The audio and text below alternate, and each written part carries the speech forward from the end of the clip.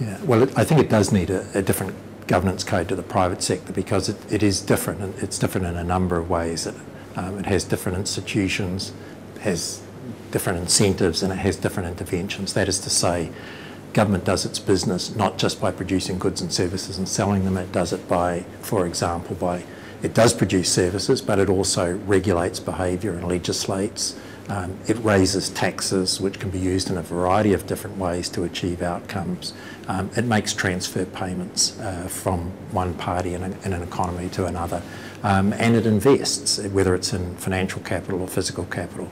And it's got a whole range of different institutions, like there's legislation which sets up the role of the Audit Office or the Treasury, Ministry of Finance. And often some of those arrangements are embedded in the Constitution. For example, the parliamentary processes for evaluating a budget or a set of appropriations. So there are some very real differences between the two, and I think that's really what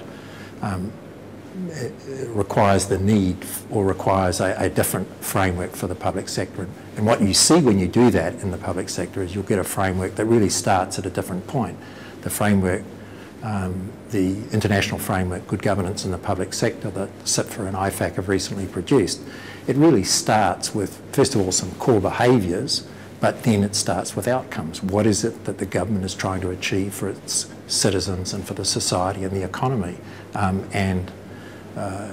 What it does then, the requirements of the governance system are dictated by how it can best achieve those outcomes. And that's really very different from a firm that's seeking to make a profit, make a return to its shareholders, and supply goods and services to its customers. But that's a very different relationship, and the governance arrangements need to reflect those really quite fundamental differences.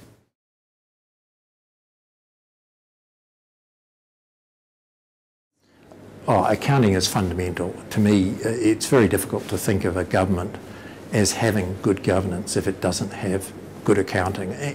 Just because it can't, to me, it can't do its job if it doesn't have good accounting information. It needs to know what assets it owns. It needs to know what liabilities it has. I mean, one of the things that a governance code should ensure is that government knows what capital it has and manages that well. So, and that's not just financial capital, it's not just the money in the bank, so to speak. It's the physical capital as well, it's the intellectual capital, it's the staff, it's the human capital.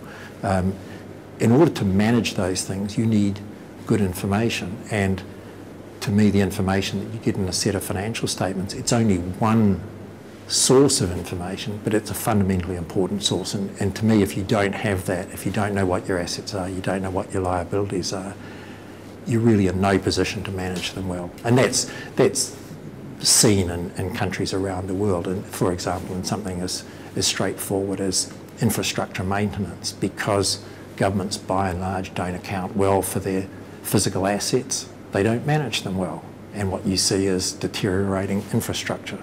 And you see that in many countries.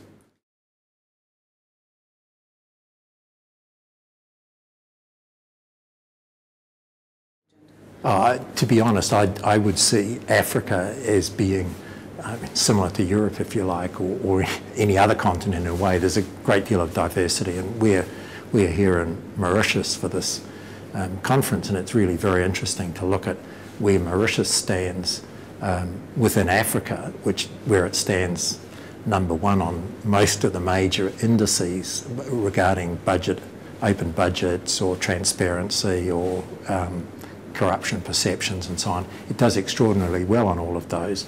And it ranks relatively well globally, but equally within Africa you've got countries that are really a long way away from that. And again, it was interesting to hear in the presentations this morning how Tanzania has moved to produce a full set of accrual-based financial statements, which is a long way away from where many other governments are. So it's a very diverse picture. I mean, clearly, if you look back over the last decade and a half, there's maybe longer, there's been a lot of effort put into governance in Africa. It's seen as being an issue for the continent, and I think we heard that from a lot of the speakers from this continent this morning. So I think there is across the continent, there is an issue of the quality of governance, and it's linked to concerns about corruption and the damage that does to any economy and society. But that's not different to other continents, and we, you know, we could identify countries in Europe that don't have a great track record in terms of governance and financial management and so on.